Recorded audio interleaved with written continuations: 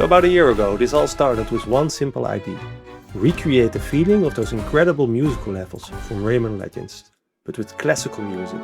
So not a rhythm game where you press buttons on the beat, but one where the music, choreographs, everything happening on screen. It's like you're playing a video game. So the first prototype, it wasn't exactly pretty. I don't have an art background, so I kept everything simple. Flat colors, basic shapes and skeleton animation. And believe it or not, I actually thought it looked pretty good. As I kept working on it, I realized something. I absolutely loved designing gameplay around the music, but I absolutely hated building those long platforming levels. So I kept the idea of everything moving with the music, but I focused entirely on boss fights. That way I could focus more on the strengths of the game and myself. The first boss fight is moving to Rossini's Billion Tell Overture. Syncing every attack to the orchestra was incredibly satisfying, and for the first time the game felt like it had found its identity.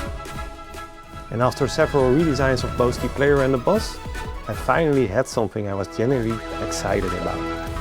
But I needed another boss. And at the time my toddler had one of those musical books that played the famous theme of Swan Lake, and it got completely stuck in my head. I actually thought this one would be easier than the fourth level, but it ended up taking almost twice as long.